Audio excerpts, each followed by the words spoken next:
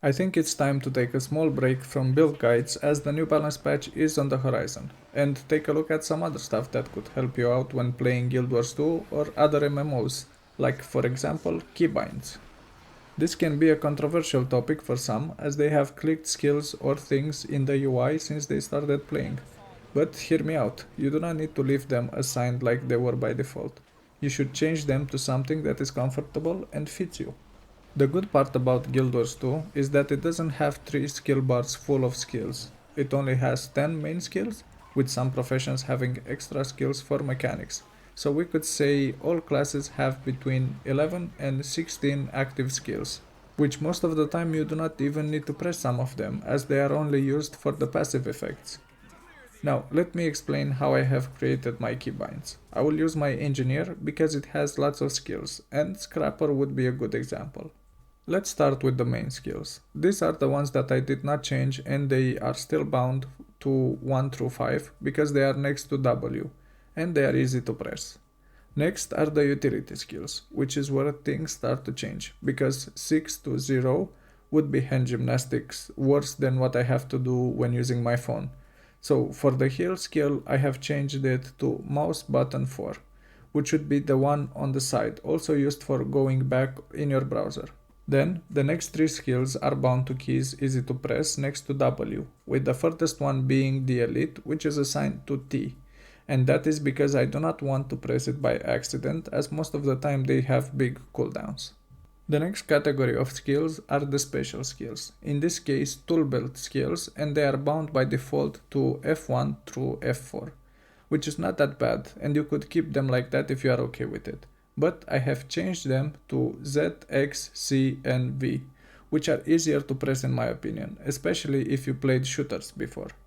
And finally the class mechanic skill, which was bound to F5, and I changed it to the scroll wheel as it is very easy to press and you do not need to move halfway on your keyboard. Wait one second, we are not done yet. We still have the special skills, mounts and masteries, and bonus the switch weapon key in case you play a class that can use 2 sets of weapons.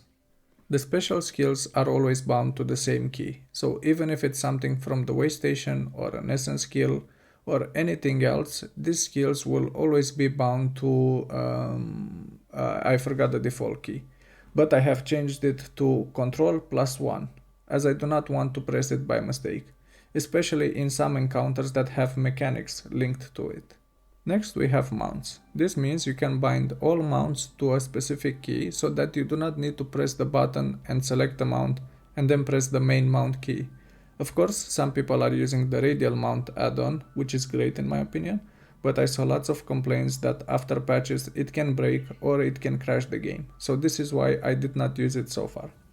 Anyway, I have bound only 2 mounts, the turtle to Control plus F2, which is used in some metas, and the roller beetle when I need to get somewhere fast, and I keep the sky scale on the mount key, which is changed to F1.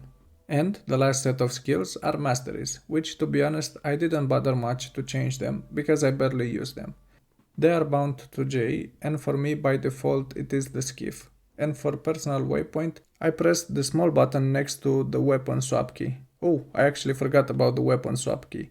It is set to the console key or the key below the escape key. And I think this one is still what was set by default. And that is pretty much it. I hope this video helped you set your keybinds or compare what you already have set, or maybe you'll keep clicking away. No matter the choice, you can let me know in the comment section. See you in the next video.